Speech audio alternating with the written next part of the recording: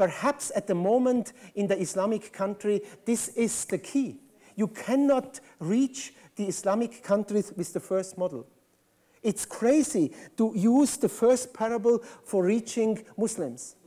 If you reach Muslims with the first parable, what happens? You go, you share the gospel, you take them out of their family, you invite them to a Christian congregation. Yeah, of course, they have a problem.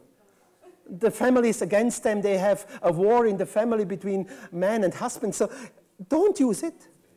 So there is another possibility, perhaps the second parable, we go there, but even then, if we go there and we have the cross around here and they see, wow, somehow a Christian fall from heaven, a believer is now in our midst, and yeah, like a sheep amongst the wolves, you know, you can recognize the sheep very easily, you know, sheep, and yeah, so that is also difficult in Islamic countries. But the fourth parable is functioning wonderful. These are insider movements. So we have at the moment a very interesting movement in Ethiopia. In Ethiopia we have a tribe with 40,000 Muslims. And now the sheikh, the leader of the 40,000, gets saved. But he didn't share with anybody. He is still the leader of the Muslim community. He is leading every Friday the whole mosque ministry. And he shared, of course, the gospel because the bacteria, the Yeshua bacteria in him, start to multiply, infect others. So all his leadership gets saved. He sent them out for training, for Bible training. So the whole leadership is saved. But still the whole thing is going on as usual. So now, in the meantime, thousands of these 40,000, thousands already get saved, are believers. But the whole thing is going on. And they let it going on till there are 39,000 believers, and then they change the system. You know, so this is an insider movement. We are just now part of a semi-insider movement in Bangladesh. So the it's not a full insider movement, but the first month, nobody knows there are believers. They are followers of Isa. They come, and how they evangelize the people, not with the Bible, never with the Bible, only with the Quran. They start in Surah 3 and share what Isa did. And then, later on, they go to the other books they can find in the Quran. And after 3-6 months, the people start to realize somehow they are very special Muslims, somehow. Yeah, they never share we are Christians or something like this. We are Isahis. Okay, Isahis, followers of Isa. So there is inside Islam, we have these different groups. We have the Shiites or the Sunnites. And I don't know you know it, but there is also officially in the Islam a group called Isahi. Because the Isahis are the ones in Islam who honor Isa. They are Muslims, but they like all of the, out of the Quran, they like Isa, so they are Isahis. They are a small group in Islam, like Sunnite or Shiite, they are Isahis. And now the movement in Bangladesh grew. 1,000, 10,000, 100,000, 500,000. Now the leaders there said, we reached 1 million. Out of one person. I will share you the story later on. We have at the moment an incredible movement in Islam. It's coming from the east. It starts in Indonesia, is coming to Bangladesh, and now just at the moment, the hand of God, the blessing hand of God is now in this North India, Himalaya area. So if this is a secret, we don't know why, but if you study missiology, you see the hand of God is dancing around the world, is moving around the world. It was 16th century, perhaps it was in Europe. Then 18th century, it was England, United States. 19th century, it was in Pacific. 20th century, it moves from Africa to South America to East. And at the moment, it's coming from the East. And at the moment, the hand of God is, and so Nepal is open, Burma is open, Bhutan is open, North India is open, Bangladesh. It's incredible. If you go there, it's incredible. Hundreds, thousands, and millions get saved in this area. How can you bring in such incredible harvest? Of course not in building a congregation building with a cross on it and a tower and call it church.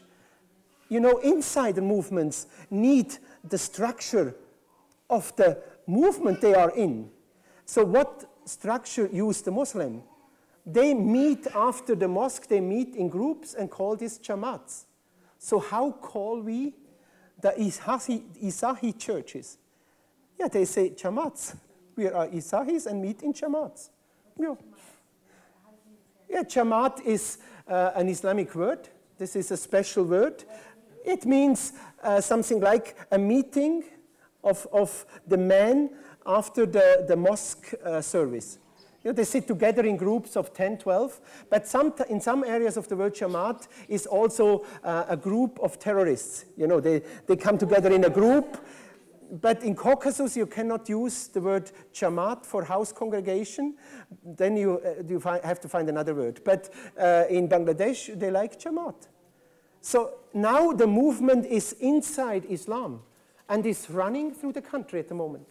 It's incredible.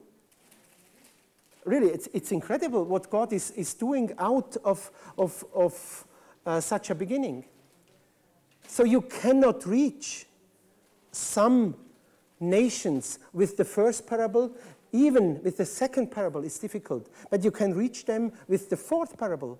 So God, in his wisdom, showed us different patterns, how the kingdom of God can expand. So, of course, we are not fighting against the first parable. If there is somewhere a mega church in the United States and they have an incredible program and they can attract some Christianized people who are not born again, of course we like it.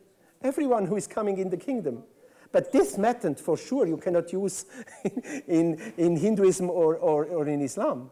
They think you are crazy if you. But we thought somehow in mission we transform our pattern of mission and we bring them this pattern and they have to do it in the same thing. Now the Spirit is doing something very interesting. He's showing different ways.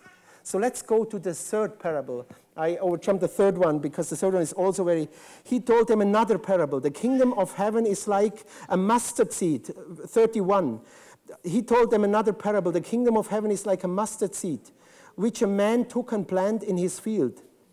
So it is smaller of all your seeds, yet when it grows, it's the largest of garden plants and becomes a tree, so that the birds of the air come and perch in its branches. So this is another concept. This is the concept of you have something who looks very, very small. It's a mustard seed, one of the smallest seeds. But out of this small beginning, a big plant, a big tree is coming. And sometimes the expansion of the church is exactly like this. Yeshua said, don't say it takes 4 months till the harvest is ripe. Open the eyes of your heart and see there is already a ripe harvest field. So wherever a believer is set by God, wherever you live, 100% around you is a ripe harvest field. When I travel around in different countries, then the people often come to me and said, you know, in our area, it's really difficult. You know, to win Jews is really difficult. And to win people in Caucasus is really difficult. And to win people in Uzbekistan is really difficult. So I see only really difficult areas. You know, in our area, I don't know. I say, it's not the truth. This is a lie. This is really a lie. Yeshua said exactly the opposite. Don't say It takes 4 months more, and then the harvest said, open the eyes of your heart, and you will see there is a ripe harvest field. There is a ripe harvest field here. There is a ripe harvest field wherever the Lord put a believer.